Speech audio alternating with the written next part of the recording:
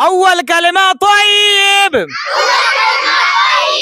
لا إله إلا الله محمد رسول الله. دوم كلمة شهادة. أشهد أن لا إله إلا الله وحده لا شريك له وأشهد أن محمدا عبده ورسوله.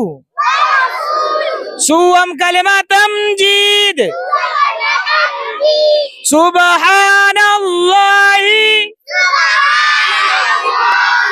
والحمد لله ولا إله إلا الله والله أكبر.